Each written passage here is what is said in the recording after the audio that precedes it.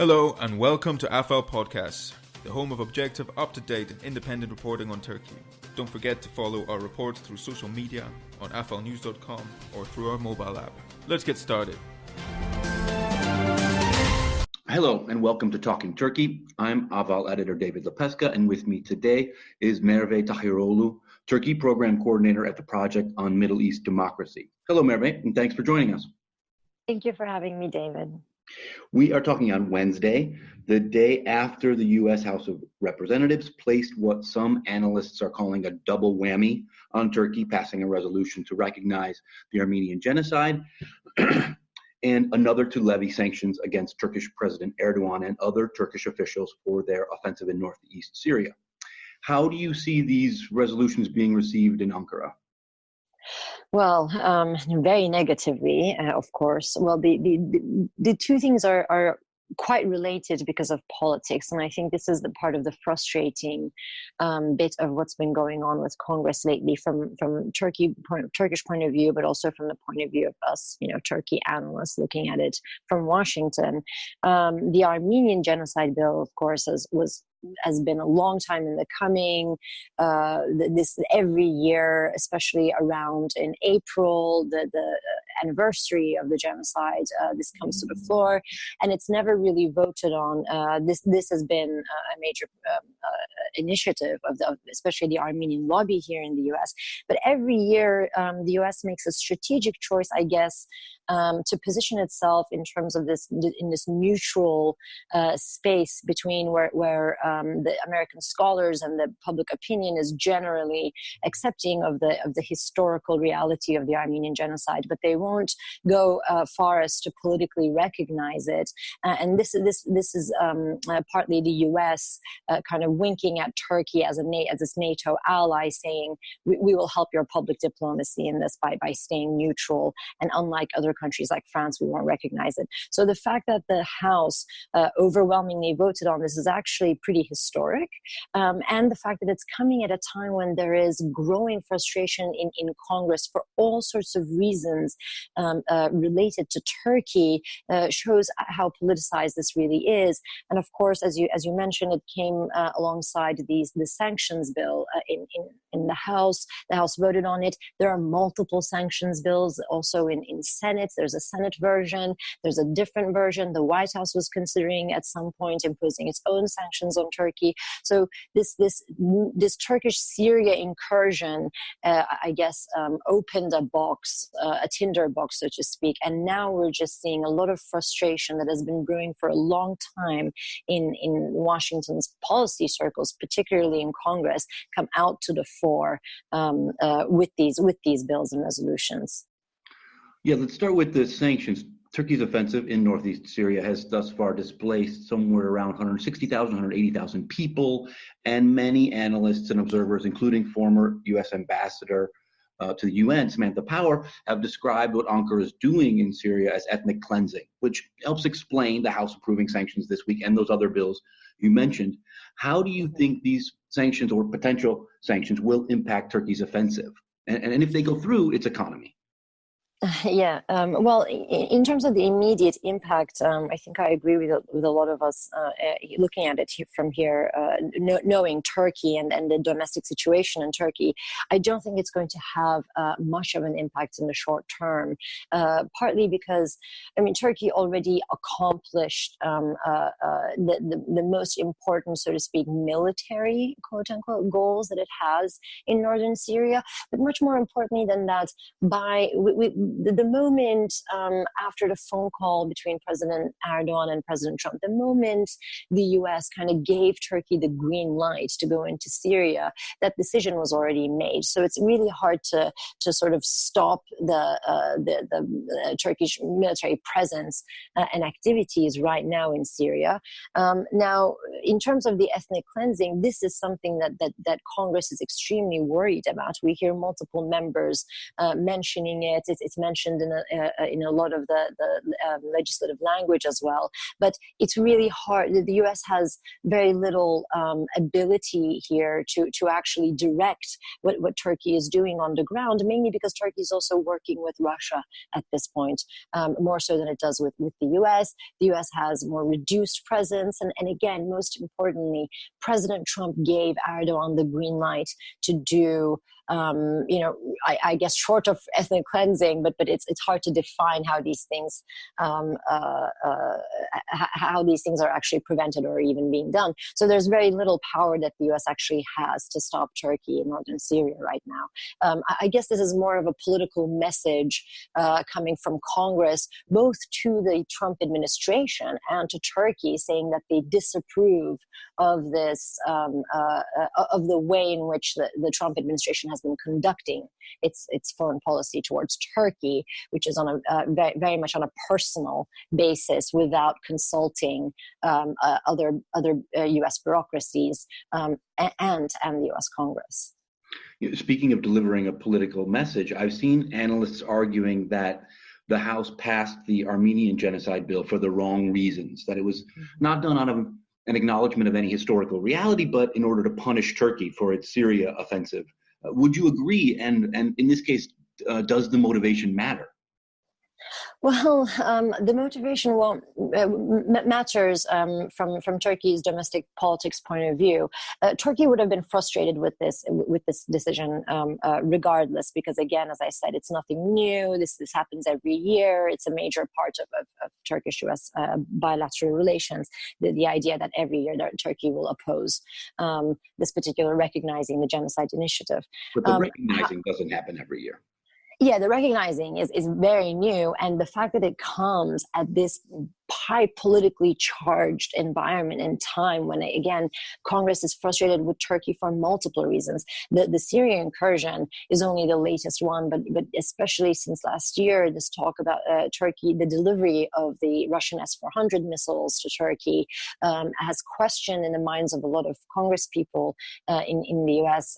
About Turkey's NATO membership, about Turkey's the value Turkey places in its alliance with the United States, with the transatlantic community in general, its strategic positioning between Russia and Turkey. So there are multiple reasons why Congress has been upset with Turkey, and the fact that they voted on this Armenian genocide bill now with such an overwhelming majority shows that it is pretty much a politically motivated decision, and the main way in which this matters for Turkey is that now Ankara can present this, and then particularly Erdoğan can present this to the Turkish people as a highly political decision, also pointing to these other sanctions packages that are being discussed on Turkey.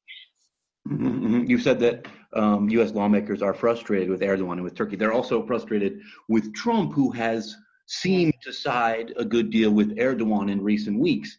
The two presidents, will meet in Washington in 2 weeks. Do you see these sanctions and genocide bills being a part of their discussions? And if so, how might that play out? Might Trump be willing to accept some Turkish concessions in exchange for blocking these resolutions? Well, the Armenian genocide bill actually might affect this whole thing, because it might even lead to Erdoğan canceling his trip. So I would say at this point it's kind of unclear if the visit is going to happen. But if have you heard the possibility, or you're just theorizing? Yeah. So I mean, it's been theorized for a couple of days now, but I believe today Erdoğan made a remark about it, saying I have question marks about the visit in response to a question about the Armenian genocide bill. So he was speaking to Parliament today. Yes. So I do think that he might capitalize on this to actually cancel the trip. He might not. It's really unclear, because the two leaders were also supposed to have a major meeting back at the UN opening sessions of the UN General Assembly, which didn't really materialize. They do talk on the phone pretty frequently, as we know, the two leaders. But a White House visit would really help Erdoğan in terms of his prestige, both for his domestic audience in Turkey, also for the international community. So I think he has reasons to want to go to Washington, but we don't know if this Armenian genocide recognition will at all derail that. But it is a possibility which I think we need to consider. If Erdogan actually does come to the White House, the sanctions that are being discussed will certainly be a key tenet of the conversations. Now, as you mentioned, Congress is frustrated with the Trump administration as well, and this is because there are multiple views on Turkey in Washington right now, and the Trump administration, and by that I really want to narrow down the White House, because I don't believe that the Departments of Defense or State necessarily share the White House particular views on this, but President Trump seems to have a close personal relationship with President Erdogan. They have a very good rapport. They have certain ideological convictions that they share. They also have a conspiratorial worldview that they share, and so they get along. And Trump has multiple times acted as almost as an intermediary between Turkey, or I don't want to say Turkey really, the Erdogan government and Congress and other parts of the U.S. bureaucracy, to kind of mediate between them and to contain various frustrations in Washington with Erdogan, so as to not impose sanctions. We saw this with the CAATSA sanctions after the S-400 missiles were delivered. That was a major debacle, which is why Congress is now also asking President Trump to implement those CAATSA sanctions, which they see as he should have implemented them this summer, and he hasn't done that. So there are multiple levels of messaging going on here with all of these bills and talk. Was I able to answer your question? I think yes. I want to know. Returning to the Syria offensive, it's possible that both of Turkey's two main stated reasons for the offensive, to clear the YPG from its border and to resettle up to 2 million refugees, are more about domestic politics than anything else. The last time the AKP suffered a similar setback in mid-2015, suffered a similar political setback in mid-2015, the government renewed its conflict with the PKK a month later. And also, Turkey's ruling AKP suffered perhaps its most significant blow in local elections earlier this year, and many observers pinned the losses mainly on rising tensions with the 3.6 million Syrian refugees in the country as a result of AKP policies. Most analysts now seem to think that returning millions of refugees to Syria is unlikely because of all the international condemnation and because Turkey has only gained control of a small strip of land in northeast Syria. In your view, would being unable to return a significant number of refugees lead to a further erosion of support for Erdogan and the AKP? Well, Turkey's policy with Syrian refugees has been a blunder from the beginning, and this crisis has been a long time in the making.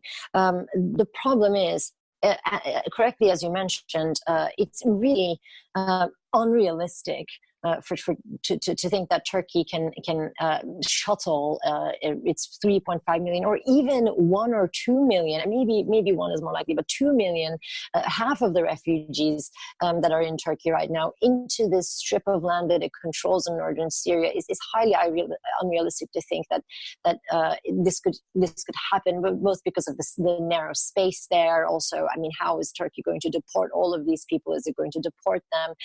There's no real way in which this has been flushed out yet, so I think that's pretty unrealistic. But if we look at the domestic political considerations, and I think you really nailed it when you talked about the domestic the political reasons and motivations for Turkey's Syria policy overall, but particularly with regards to the safe zone and the YPG question. I do think domestic politics is the primary driver of this, because we saw in this last Istanbul re-election that two things effectively, from Erdogan's point of view, cost the AKP its ability to continue ruling Istanbul, which is a major political setback for Erdogan himself. The two things were, as you mentioned, well, the economy is the top one, but I guess a sub point of the economy also has to do with the Syrian refugees and the economic strains that they have put on Turkey. And but there's also a bit of a nationalist element that helps explain Turkish public attitudes, the negative public attitudes that has been growing against the refugees, and some people even point to some level of racism that is being applied towards especially Arab refugees right now. And that to me connects to the question that Turkey has with the Kurds and the Kurdish question. I guess, other than the economy and the refugees, the main reason that the opposition candidate Ekrem İmamoğlu was able to win the mayoral election in Istanbul was the fact that the Kurds effectively joined in with this secularist party's candidate, the main opposition's candidate, against Erdoğan, and that strategic positioning really is what cost the election. So, in more general terms, what this election showed us is that there has been an opening, much like there was in mid 2015 when the HDP, the predominantly Kurdish party, first made it into parliament, as you mentioned. Right, it was back then. Right now, after the Istanbul election, there was an opening for Turkey's two top opposition parties, which normally don't get along, although they're both, more on this, I guess the CHP is on the center left, HDP is certainly on the left. Both of them have left-wing politics, consider themselves social democrats, but there are many reasons why they don't get along. We saw an opening with the Istanbul election that these two parties might actually forge a closer political partnership and create a common front against the ultra-nationalist and Islamist alliance of Erdoğan with the MHP right now. So there was this new ground shifting during and after the Istanbul election, this re-election this summer. And I guess what this Syria operation really did was to effectively break all that movement, because the moment the new Istanbul mayor Ekrem İmamoğlu joined in the rest of his party in support of Erdogan's military operation in Syria, it really alienated the Kurdish voters in Istanbul who had supported him and who would likely be at the vanguards of the brewing I don't want to say alliance, it's a bit too strong, but partnership between the predominantly Kurdish party and the main opposition party. So in this sense, when I say that this military incursion accomplished major political motivations in Turkey, this is really what I'm talking about. And I think we have to look at it from that perspective about how domestic politics are really driving this. I'll get back to the Kurdish issue in a minute, but just to clarify, so if Turkey is unable to return a significant number of refugees, let's say only 500 or 700,000, much less than it hopes, do you see that having a significant political impact, eroding support further for Erdogan and the AKP, particularly as there's these two new parties set to launch in the coming weeks? Well, yes, the thing is the presence of the refugees is, and especially because they are so visible, because there are so many, as they're more visible in big cities like in Istanbul, is always going to affect all sorts of domestic politics. Erdogan, as you said, will not be able to move significant portions of this population into northern Syria anytime soon.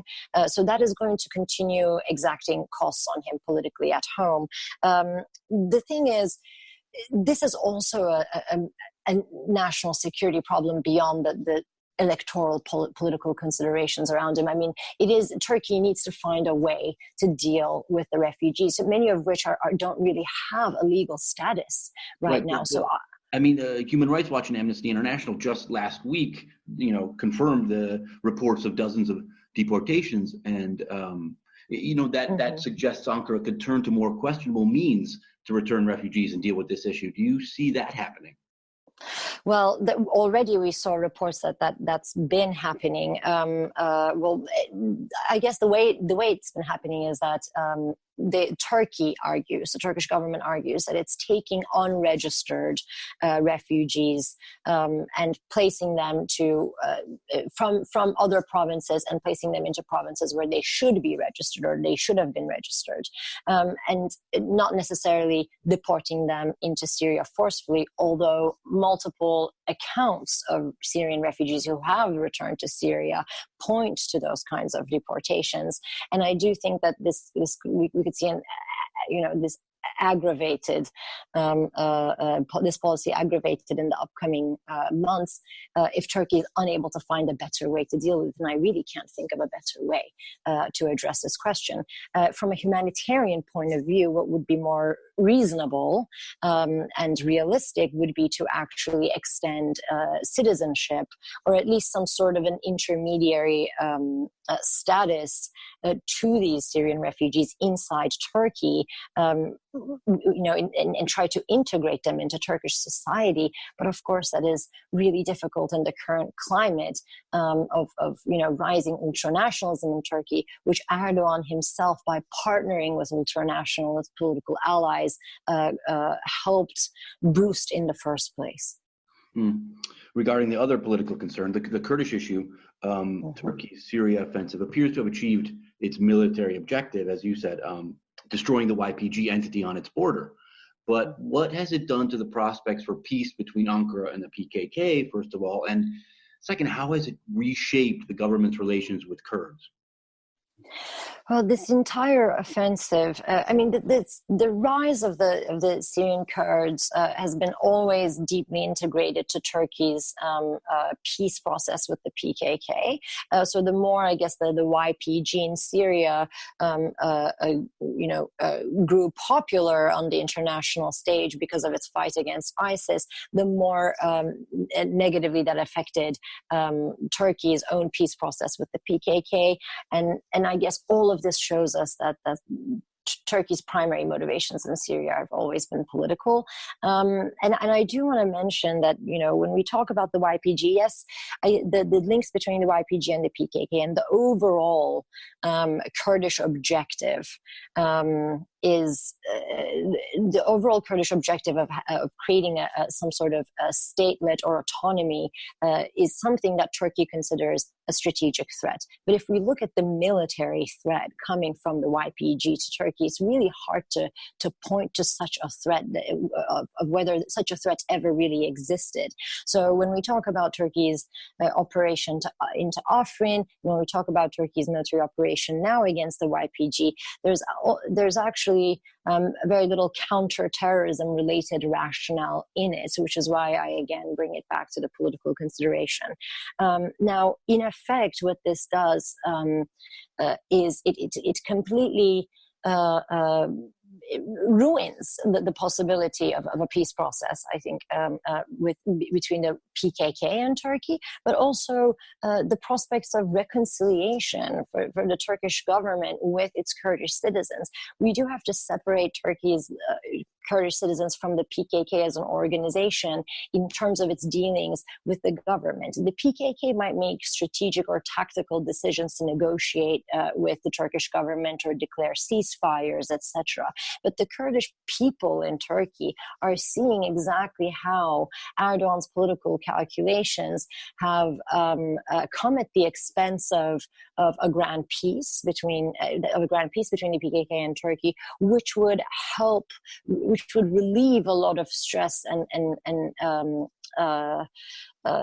national security driven attacks and assaults on the Kurdish citizens. So as Turkey's Kurdish citizens are looking for relief and looking for a more normalized relationship with their own government, they're seeing how personal interests are driving this Turkish government to completely ignore that and take decisions like the Syrian incursion, which in effect prolong or delay or any kind of prospects for such a reconciliation.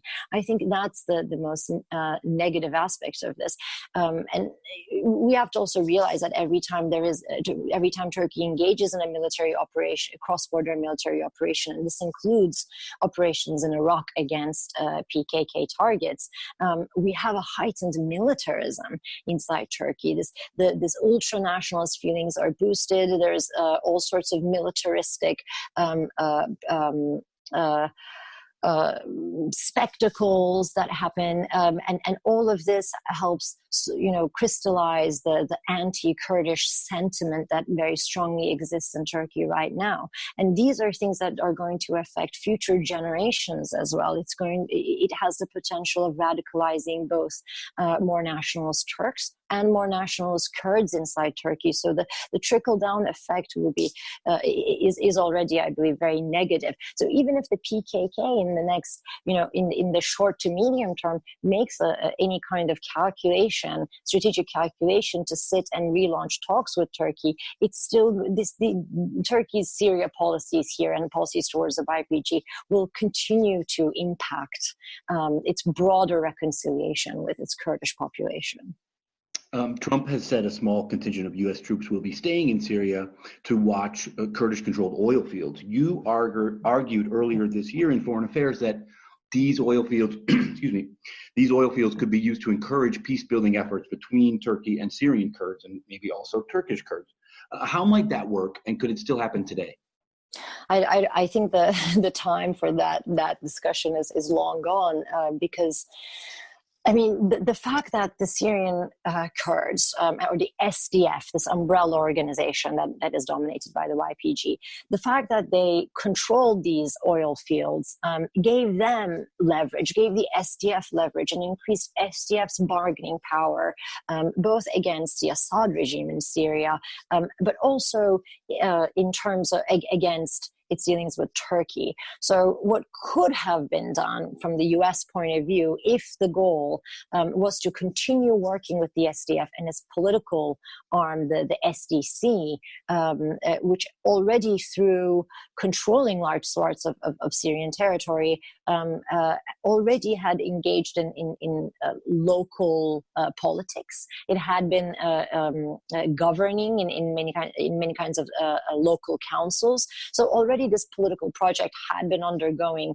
in the so-called SDF zone. And if the U.S. goal were to, make a situation whereby Turkey can live with such an SDC-controlled or SDF-controlled zone in Syria in the medium to long term, then the idea that the YPG has control of all these resources could have factored in to those negotiations. But I don't believe that the U.S. ever really took up this project of trying to make peace between Turkey and the YPG. It never really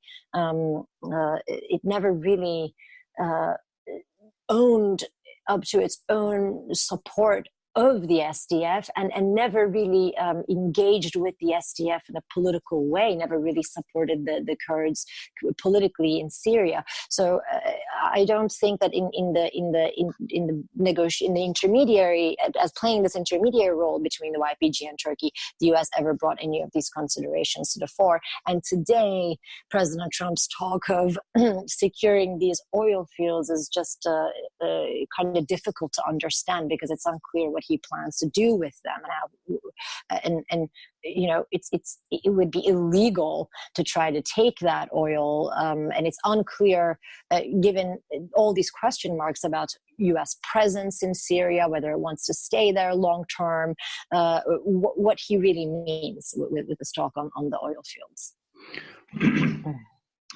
You mentioned the spectacle of all the nationalism going on in Turkey. In a video message marking Turkey's Republic Day yesterday, Tuesday, Erdogan said the country is waging a war similar to its war of independence.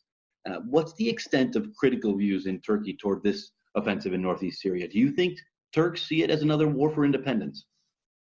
So Turkish political leaders, especially Erdogan, loves using this war of independence analogy. I mean, the war of independence is really what brings most Turkish citizens together. But this is not the first time Erdogan has used this. He also, of course, said this is the second war of independence after the failed coup attempts in July 2016, when he was pushing through massive purges under a state of emergency, detaining hundreds of thousands of people and suspending them. But that was in the country, and there was a threat to the government. This is outside the country, and the threat is not apparent.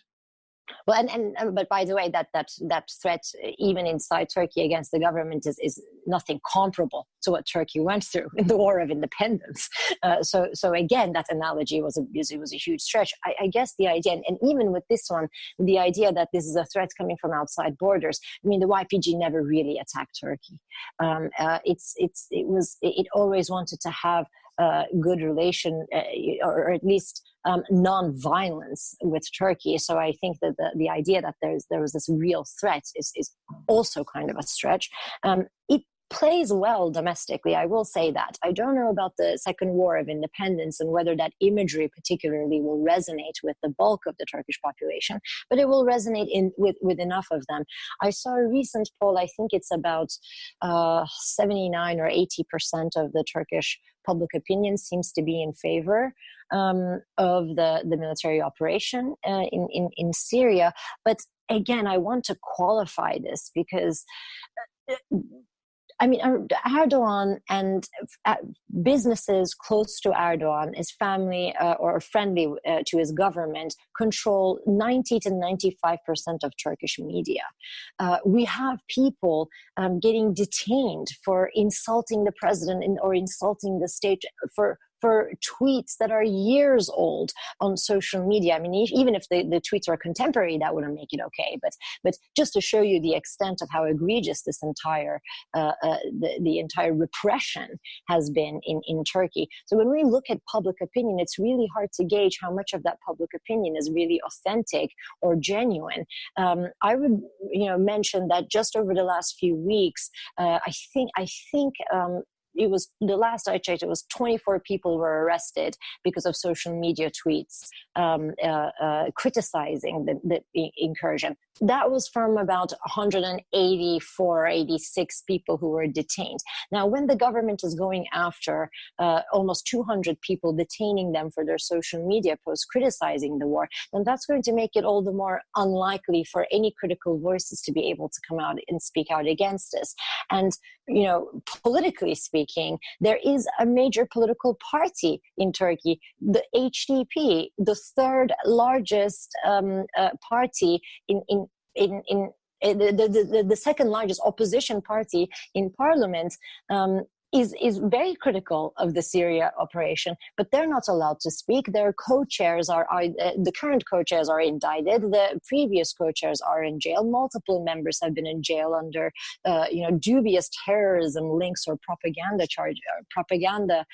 allegations for the last 2 years. So when we're looking at this climate, I would wager that there's enough organic inbuilt forces inside Turkey that would could critique this incursion, but they are completely being silenced. And with that, it would be remiss of me not to mention the academics for peace. Over 1,000 people who had professors and other academics who had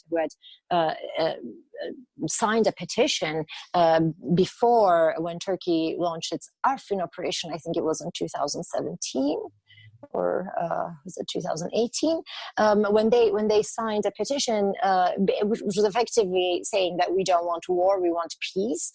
They were jailed for doing exactly that. So people in the parliament, people in academia, in higher education institutions, and people in civil society who are speaking out against this war are being punished for it through the legal system. And I think that explains why there is 80% approval rate for this, on paper in Turkey for this operation. It would be really hard to say that there is a free or fair public debate about this war, or in general about Turkey's policy towards Syria and the YPG specifically in Turkey. So again, I would I think it's really important to contextualize Turkey's foreign policy with the growing domestic repression and increasingly what we're calling a one-man rule regime. So really, it's impossible to know if a large part of Turks disapprove of this offensive. Yes, and whether they would be able to articulate why if they approve of it, whether they would be able to actually articulate why they approve of it, because there's so much disinformation and also very little space for them to actually voice these concerns. I think that's all the questions I have for you. Anything else you'd like to add that I perhaps haven't asked about? I guess we covered everything as much as possible. Okay. Merve Tahiroğlu, the Project on Middle East Democracy, thanks so much for your time and insight. Thank you again for having me, David.